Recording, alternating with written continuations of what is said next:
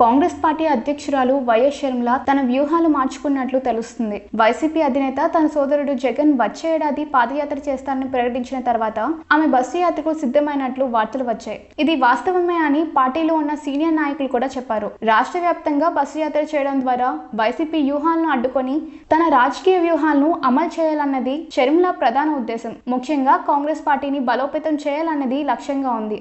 అయితే ఇప్పుడు క్షేత్రస్థాయిలో ఉన్న పరిస్థితులు గమనించిన తర్వాత ఈ వ్యూహంలో కొంతవరకు మార్పు చేసే దిశగా షర్మిల ఆలోచిస్తున్నట్లు సీనియర్ నాయకులు చెప్తున్నారు. ప్రాంతాల వారీగా తన యాత్రను చేపట్టాలన్నది షర్మిల వ్యూహంగా కనిపిస్తుంది. దీంట్లో భాగంగా వైసీపీకి బలంగా ఉన్న రాయలసీమ జిల్లాలో పాదయాత్ర చేయాలని, ఇతర జిల్లాలలో అంటే ఉత్తరాంధ్ర, కోస్తాంధ్ర జిల్లాలలో బస్సు యాత్ర చేసినా ఇబ్బంది ఉండదని షర్మిల భావిస్తున్నారు. గత ఎన్నికల సమయంలో రాయలసీమపై ప్రత్యేకంగా దృష్టి పెట్టిన షర్మిల వివేకానందరెడ్డి హత్య కేసుతో పాటు జగన్ తన కుటుంబానికి తనకు చేసిన అన్యాయాన్ని ఆమె ప్రజల మధ్యకు తీసుకువెళ్లారు. అయితే అప్పట్లో సమయం సరిపోలేదు కాబట్టి ఇప్పుడు పాదయాత్ర చేయడం ద్వారా ఈ అంశాన్ని ప్రస్తావించడంతో పాటు మరింతగా ప్రజలను ఆకర్షించేందుకు అవకాశం ఉంటుందని అంచనా వేస్తున్నారు. తద్వారా బలమైన వైసీపీ ఓట్ బ్యాంక్ ను తన వైపు తిప్పుకునే దిశగా అడుగులు వేయాలని అంచనా వేస్తున్నారు. ప్రస్తుతం రాయలసీమలో వైసీపీకి కొంత మేరకు అనుకూల వాతావరణం కనిపిస్తుంది. ఈ క్రమంలో ఇక్కడ బస్సు యాత్ర చేయడం ద్వారా అంత తేలిగ్గా వైసీపీ ఓట్ బ్యాంకు దక్కించుకునే అవకాశం ఉండదని